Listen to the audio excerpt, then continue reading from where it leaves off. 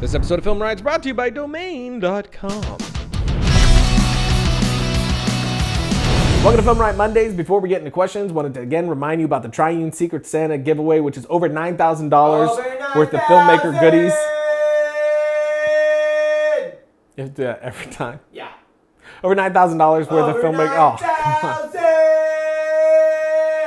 Worth of filmmaker goodies from some amazing partners, just some excellent gear. It's just gonna be one box of awesome for one very lucky filmmaker. Entering is super simple. All you gotta do is tweet something specific with a hashtag and a picture attached, and follow us on our Triune Store Twitter page, which is this Twitter right here. To get all the details about how to enter and possibly win, go to this link right here. It has everything there, including what's included in that box of awesome. So definitely check that out. It is worth a try. We're going to be having that open until December 22nd when we announce the winner from the Triune Store Twitter page. So definitely jump on that. But now let's get into some questions.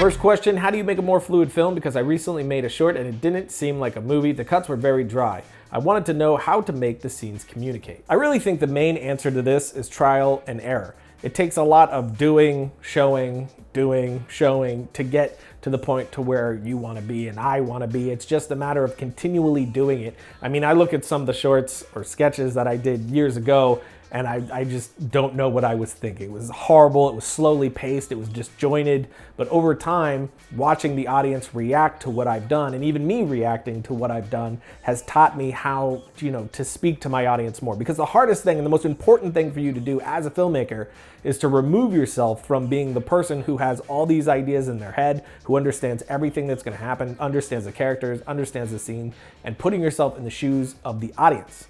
Trying to consider what the audience experience is, because that's the most important thing. And your audience is a group of people who have no idea what the story is, no idea what the character is, and no idea what's going on. So you need to be able to remove yourself from, again, being that person who has all that in their head to looking at it from the shoes of the person who has no idea what's in front of them, and then construct your story that way. And then what do you want to say to your audience about this scene? Do you want it in a close-up, a wide? Do you want fast cutting, slow cutting? As far as the disjointed editing is what it sounds like you're talking about, that's a lot about pacing and transition, also geography. If your geography is all over the place, it's gonna feel weird and disjointed, unless that's what you're going for, like someone's going crazy or it's a drug scene, then yeah, you probably want that. But otherwise, you kind of want to set a style and a geography for your scene and stick with that so your audience doesn't feel thrown all over the place and they can focus on the story. As far as cutting from one scene to the next, that's all about transitions. We talked about that a lot. But again, this is a trial and error thing to see how you like to do it. I personally usually like to use sound to transition my audience from one scene to the next. I feel like that's really fluid. I pretty much never use something like a fade. I really don't like those. Camera movements will work really well also. But I think the main answer here is just to A, put yourself in the audience's shoes and look at your story that way. What's missing?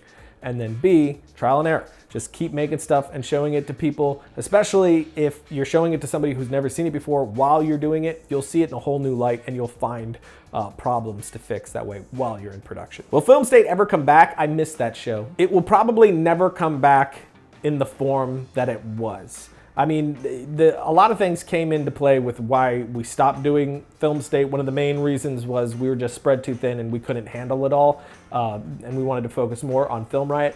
But another one is I want to be a filmmaker, not a film critic. And even though the show was very tongue-in-cheek and we were joking 90% of the time, we would say mean things about films, even when we didn't mean it, just for a joke.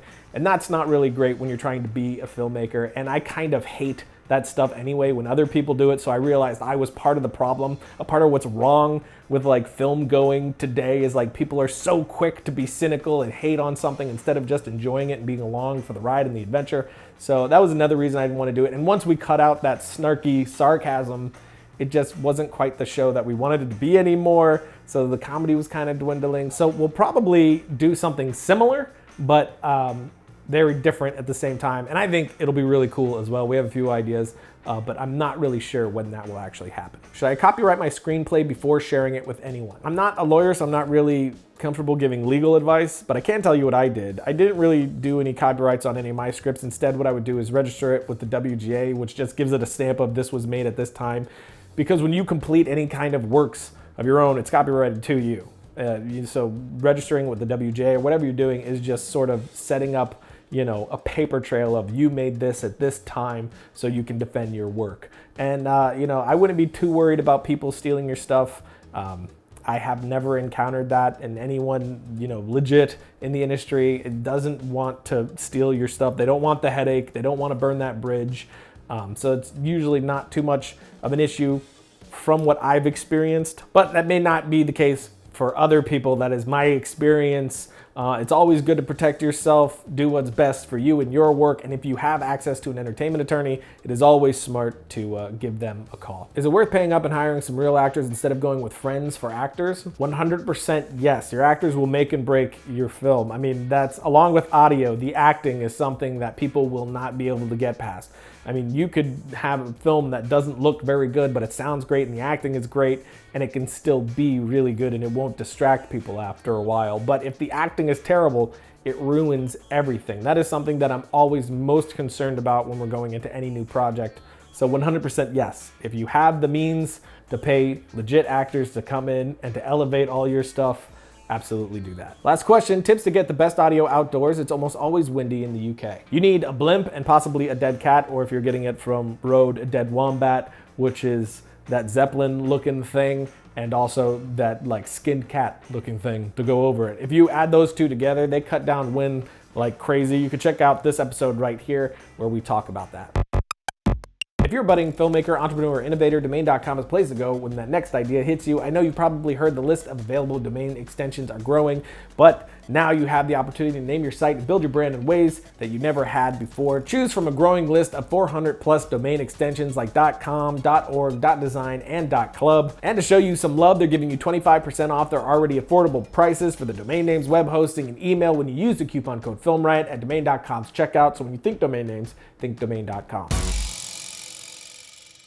So that's it for today, but before we get to my suggestion of the week, you could be in FilmRiot. All you gotta do is send us a video 30 to 45 seconds long telling us one of your favorite moments from FilmRiot in 2015. Could be anything, one of our shorts, a sketch, a moment from any of the episodes, a line of dialogue, an effect or technique that we taught, just something that you loved from 2015. All the details of what you need to know right here. The deadline is December 16th, so you do have to jump on it if you want to be one of the ones that are possibly handpicked to be in an episode. But that's it. Go to that link and learn more. But now my suggestion of the week, which is from The Hollywood Reporter. It is a director's roundtable with some of my favorite directors that are out right now. Definitely check that out. Lots of great things are said, which always are with their roundtables. If you don't follow them on YouTube, you absolutely should. Tons of great stuff. And until next week, don't forget to write, shoot, edit, repeat.